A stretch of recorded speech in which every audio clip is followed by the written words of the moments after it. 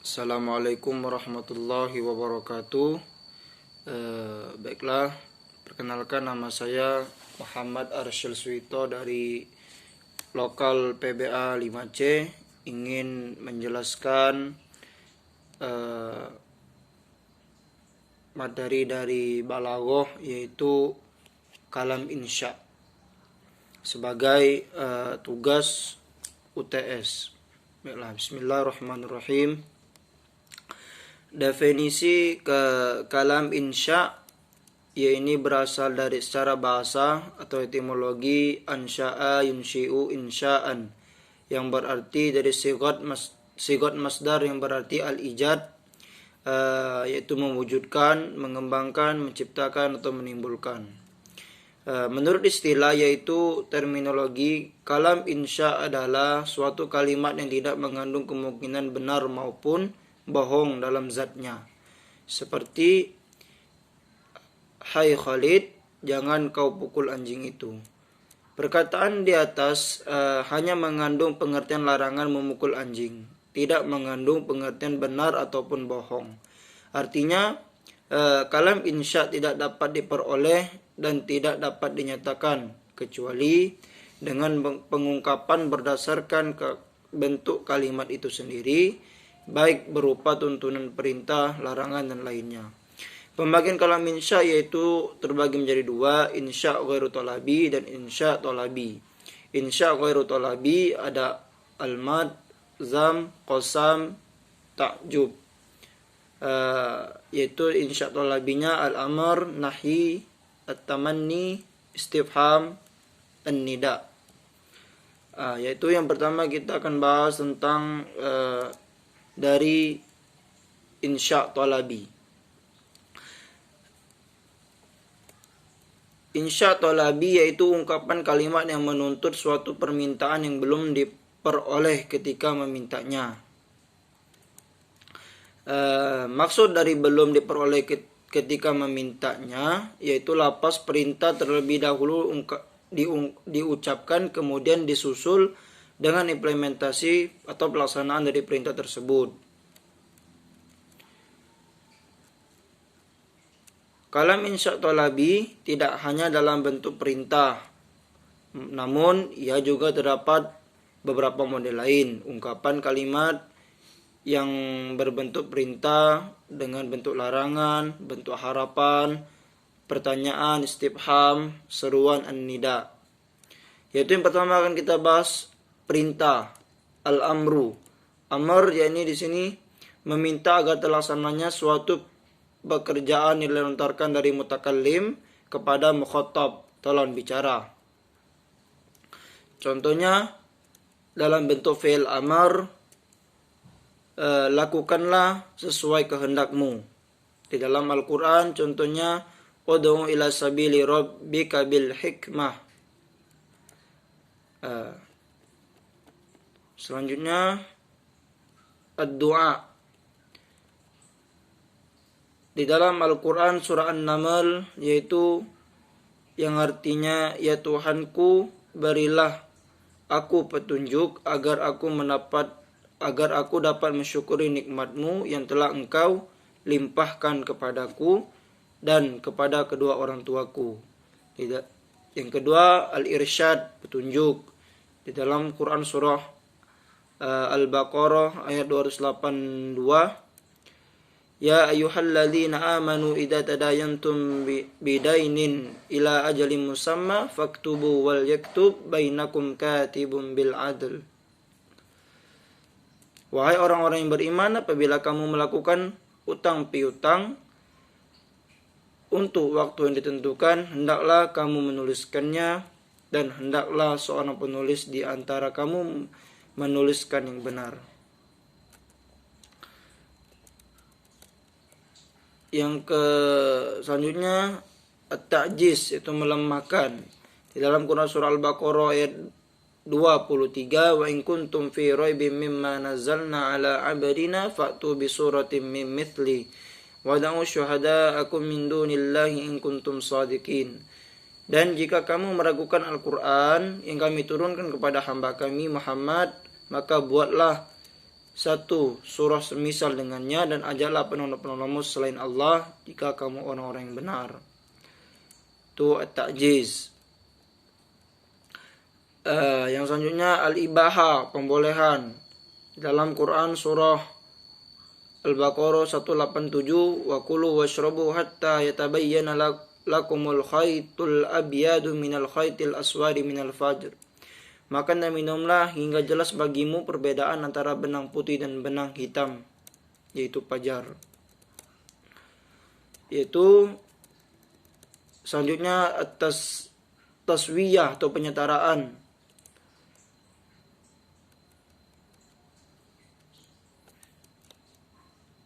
Itu at-takhyir, pilihan. Contohnya tazawwaj Maryam au ukhtaha, nikahi Maryam atau saudarinya. Selanjutnya yaitu an-nahi, larangan. An-nahi adalah meminta dihentikan suatu pekerjaan kepada lawan bicara dengan menggunakan sigat fi'il mudhari dengan la nahiyah, yaitu la, larangan. Contohnya la tadrib al-kalba, jangan kau pukul anjing itu. Di dalam Quran surah Al-A'raf ayat 75, wala tufsidu fil ardi ba'da islahiha dzalikum khairul lakum in kuntum mu'minin. Dan janganlah kamu berbuat kerusakan di bumi setelah diciptakan dengan baik, itulah yang lebih baik bagimu. Sama seperti al-amr tadi, an-nahi juga mempunyai konteks memiliki kandungan makna berbeda dari dipahami dari konteksnya, kalimatnya dan korinanya terkait situasi dan kondisi. Di antaranya ad-du'a, yaitu larangan mengandung makna doa, suatu tuntutan agar mukhatab meninggalkan suatu pekerjaan disampaikan dengan cara merendah dan sopan. Iltimas, yaitu suatu larangan yang mengandung makna tuntutan agar mukhatab meninggalkan suatu pekerjaan disampaikan tanpa merendah. Al-irsyad, itu petunjuk, itu larangan yang mengandung makna petunjuk agar mukhatab tidak salah jalan. Al-dawam, yaitu kekal. Al-tahdid, yaitu ancaman. Janganlah, contohnya janganlah kau keluar rumah maka kau akan terinfeksi virus corona. Dalam statement kalimatnya kayak gitu. Al-karaha, yaitu benci. Janganlah kau melirik apabila sedang sholat. Yaitu yang terakhir ada istifham. Istifham ini yang mengandung arti meminta pemahaman. Menurut istilah, yaitu istifham adalah mencari tahu tentang sesuatu yang belum diketahui sebelumnya dengan menggunakan perangkat istifham, yaitu hamzah, hal, man, ma, mata, ayyana, kaifa, aina, kam, dan ayyu. Hamzah memiliki dua makna, tasyawur dan tasdik. Tasawur berarti lontaran pernyataan yang dimaksudkan untuk memperoleh kejelasan informasi terkait individunya. Yang selanjutnya hal.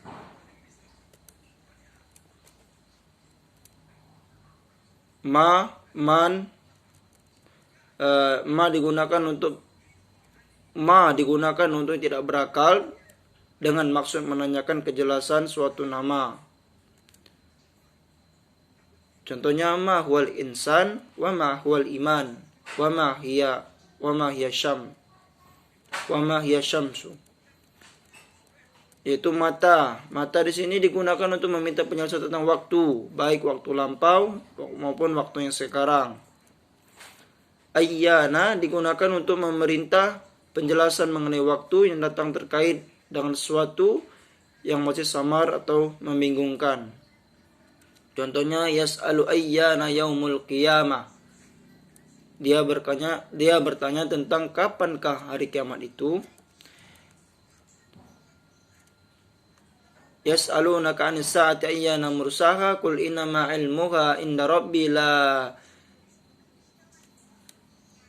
yujalliha liwaqtiha illahu. Mereka menanyakan kepadamu Muhammad tentang kiamat, kapan terjadi? Katakanlah, sesungguhnya pengetahuan tentang kiamat itu ada pada Tuhanku. Tidak ada seorang pun yang dapat menjelaskan waktu terjadinya selain Dia. Kaifa itu menanyakan tentang keadaan. Kaifa halk contohnya.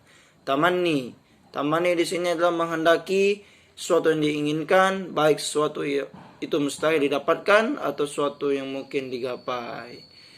Namun tidak ada kemampuan menanggapinya dan atau kehendak itu hanyalah berupa harapan. Harapan mustahil dan penggunaan taraji, penggunaan tamanni. Yang terakhir yang selanjutnya an-nida. An-nida yaitu memanggil mukhatab dengan menggunakan perangkat panggil sebagai pengganti dari kata unadi. Hamzah ay, ya, waw, ay, ayya, hayya, dan selanjutnya. Yang terakhir yaitu pembahasan yang terakhir insya ghairu talabi. Insya ghairu talabi yaitu kalimat yang di dalamnya tidak menuntut suatu permintaan. Insya ghairu talabi mencakup kalimat yang menggunakan pengertian al-mad atau al-zam, pujian, al-qasam yaitu sumpah, takjub atau ar-raja itu harapan. Contohnya al-mad dan wal-zam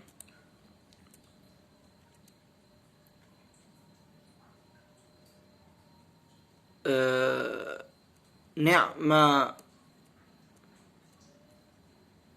wa bi'sa maisarul hawa, bi'sal khuluqul Al-mad dan walzam ini yaitu pujian dan celaan dengan menggunakan kata ni'ma dan bi'sa. Bi'salis pusuk kayak gitu. Ni'mal hidayah al-aqlu. Yang selanjutnya yaitu al-qasam. Al-qasam di sini yaitu menggunakan kata wa huruful qasam wa hiya wal wa wal ba wat ta. Itu ada 3 huruf qasam, ada wal wa'u wal ba'u wat ta'u. Wallahi, billahi, tallahi. Mungkin cukup sekian penyampaian materi yang bisa saya sampaikan. Lebih dan kurangnya saya mohon maaf. Assalamualaikum warahmatullahi wabarakatuh.